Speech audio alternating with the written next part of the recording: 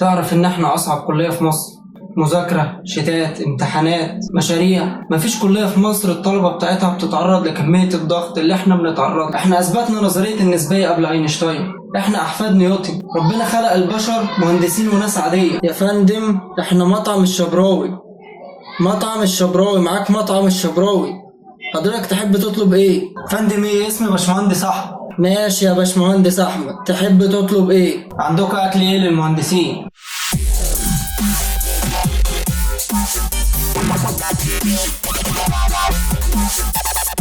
السلام عليكم ورحمة الله وبركاته. أهلا بكم في برنامج منظور آخر. لو جبت مجموعة من الناس وسألتهم إيه هي تصنيفات البشر، هتلاقي اللي يقولك إن البشر نوعين، ذكر وأنثى، وتلاقي اللي رأيه إن البشر بينقسموا نوعين، ناس طيبة وناس شريرة، وتلاقي واحد يقولك لا معلش البشر نوعين، أغنياء وفقراء. طبعا الآراء دي تبان منطقية لكتير من الناس، إنما في تصنيف وحيد عجز العلماء عن إيجاد تفسير ليه. طبعا أسمع واحد دلوقتي يقول لي البشر نوعين، أهلاوية وناس تانية. صح يا صديقي، بس مش ده موضوع. البشر نوعين، مهندسين وناس عادية. في ناس كتير بتشوفها تناكة او غرور او نرجسية، وفي ناس بتشوفها لا عادي. كل واحد بيكون متعصب للمجال بتاعه وشايف انه اصعب مجال. الحلقة دي بقى موجهة للناس اللي شايفين ان المهندسين مقفورين شوية.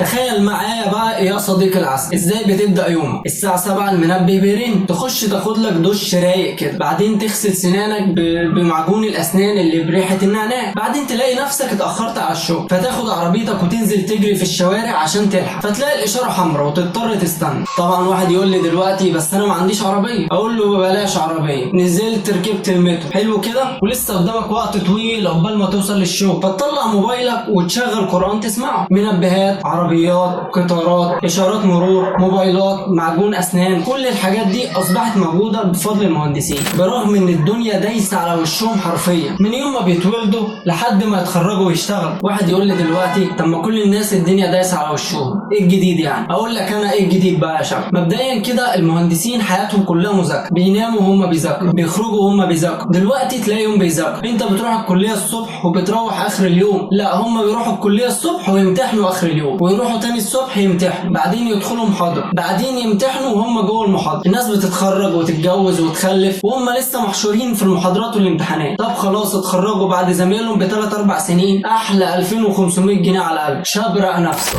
المهندس مطلوب منه انه يعرف يعمل كل حاجة وبيفهم في كل حاجة. انت مش مهندس ولا ايه؟ صلح لنا الخلاط ده، سلك لنا المواسير دي. وابوك يقول لك خد التليفون النوكيا ده حوله لي الايفون، تقول له انا مهندس مدني مش تخصصي، يقول لك خلاص ابن لنا عمار. الامتحانات بقى في هندسة بتحتاج ل5-6 ساعات عشان تتحل، والمطلوب منه انه يحلها في 3 ساعات بس، والا هيسقط. الناس كلها بتقول يا رب امتياز، وهو يقول يا رب عدي صافي. المهندس بيقعد في مواقع ما فيهاش ولا حمامات ولا ميه، والناس هناك بتتصرف ورا الجبل عادي، ويعملوا الشاي بنشارة الخشب.